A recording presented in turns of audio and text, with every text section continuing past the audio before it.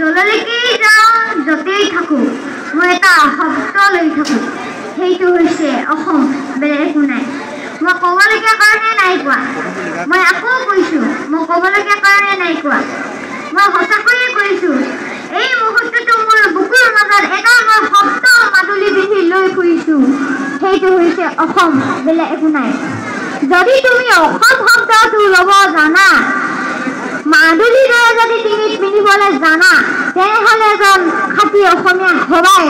এজন ভাল মানুহ হবাই তাত কোনো প্ৰশ্নবোধক চিন উদয় হ'ব নোৱাৰে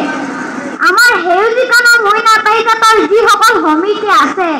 সেইসকল সমিতিয়ে যি নিজৰ কাৰণে নহয় জাতিৰ কাৰণে মাটিৰ কাৰণে জাতিটোৰ কৃষ্টি সংস্কৃতিৰ কাৰণে নিজকে বিলীন কৰি দিয়ে উঠি অহা ভৱিষ্যতে কিবা এটা কৰিব বিচাৰে জান প্ৰাণ তেওঁলোকে সঁপি দিয়ে মই আশা কৰিম যে এই সেউজীকৰণৰ মইনা পাৰিজাতৰ উদ্যোক্তাসকল সভাপতি শ্ৰীযুত ধনঞ্জয় চুতীয়াকৈ সমীক্ষা কৰি যিসকল বিষয়ববীয়া আছে সেইখিনি মানুহে তেওঁলোকে কৰিব যিয়ে সেউজীকৰণৰ মইনা পাৰিজাতৰ ভৱিষ্যতৰ স্বাৰ্থত সেউজীকৰণৰ মইনা পাৰিজাতৰ উঠি অহা সপোনবিলাকৰ স্বাৰ্থত সেউজীকৰণৰ মইনা পাৰিজাতৰ সামাজিক অৰ্থনৈতিক ৰাজনৈতিক এই সাংস্কৃতিক এই চাৰিটা দিশৰ সুৰক্ষাৰ স্বাৰ্থত তেওঁলোকে অনুষ্ঠিত কৰিছে যিয়ে সেউজীকৰণৰ মইনা পাৰিজাতটো মৰণ নহ'বৰ কাৰণে কি কি কৰিব লাগিব মই আকৌ কৈছোঁ সেউজীকৰণৰ মইনা পাৰিজাতৰ মৰণ নহ'বৰ কাৰণে কি কি কৰিব লাগিব প্ৰথমতে কৰিব লাগিব নিজৰ আন তিনিটা মুখ লগত ল'ব লাগিব ছাত্ৰ ছাত্ৰীসকলে নিজৰ আন তিনিটা মই আৰম্ভ হোৱা শব্দ লগত ল'লে হয়তো ছাত্ৰ ছাত্ৰীৰ ভৱিষ্যত ভাল হ'ব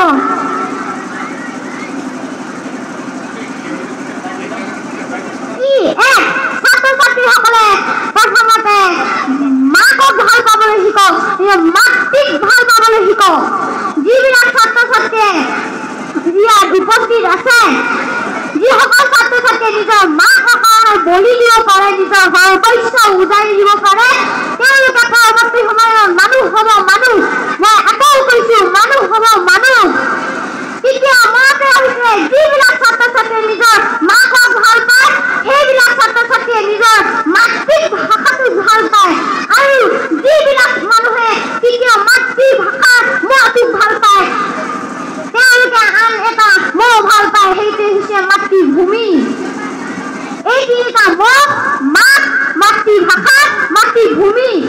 যিসকলে ভাল পায় তেওঁলোকে পৰৱৰ্তী সময়ত মানুহ হ'ব মানুহ মই আকৌ কৈছোঁ মানুহ হ'ব মানুহ আৰু কি কি কৰিব নালাগিব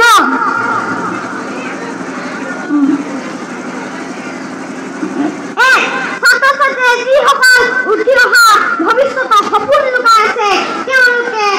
আন কেইটামান মই আৰম্ভ হোৱা শব্দ নিজৰ জীৱনৰ পৰা আঁতৰত থাকিব লাগিব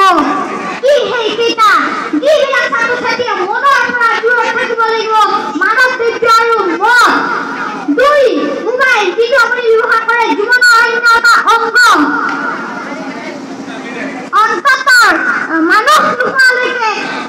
নিজৰ ভৰিৰ পৰা ভৰ দিব নোপোৱালৈকে অন্তত শক্তি আৰু সামৰ্থ্য অৰ্জন নোলোৱালৈকে মোবাইলটোৰ পৰা অন্তত দূৰত থাকিবলৈ শিকক এই মোবাইলটোৱে গোটেই আমাৰ মানুহৰ জীৱন যিদৰে ভৱিষ্যত যিদৰে নিৰূপণ কৰিছে তেনেদৰে অন্ধকাৰো কৰিছে অন্তত এই ছাত্ৰ ছাত্ৰীৰ উদ্দেশ্য কৰি মই কৈছোঁ সেউজীকৰণৰ মইনা পাৰিজাতৰ সমিতিয়ে যিহেতু এই অনুষ্ঠান আয়োজন কৰিছে মই ছাত্ৰ ছাত্ৰীৰ উদ্দেশ্য কৰি কৈছোঁ তোমাৰ এতিয়া কোনো মোবাইলৰ প্ৰয়োজন নাই তুমি যিকোনো শিক্ষানুষ্ঠানৰ স্বাৰ্থত যিহেতু গতিকে তোমাৰ মোবাইলটো নহ'লেও হয় এই মোবাইলটোৰ পৰা দূৰত থাকা 3 মটৰ বাৰে যিকোনো দেউতাকক যিকোনো মাকৰ বুকুত খুন্দা মাৰে এই মটৰ বাৰেখনে বাৰে তুমি মটৰ বাৰেকৰ পৰা দূৰত থাকা যদি পাৰা যিসকল অভিভাৱক ইয়াত উপস্থিত আছে আপোনালোকক মই বৰ জোৰে অনুৰোধ কৰোঁ তেনে সাধাৰণ কথা সৰু কথা আপোনালোকক মই কৈছোঁ কিন্তু বহুত ডাঙৰ কথা যিদিনাখনে আপোনালোকে কাৰোবাক হেৰুৱা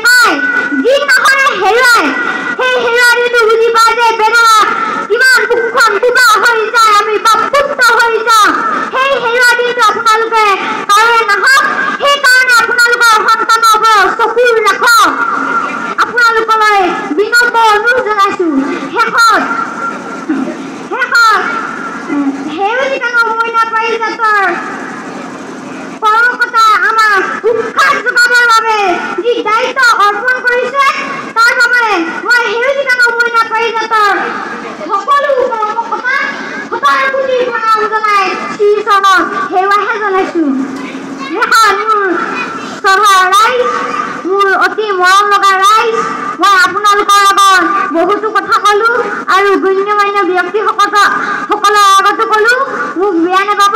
যদি ভুল ভ্ৰান্তি হৈছে ক্ষমা কৰিব নমস্কাৰ মোৰ নাম শ্ৰী ৰাজদীপ দহতীয়া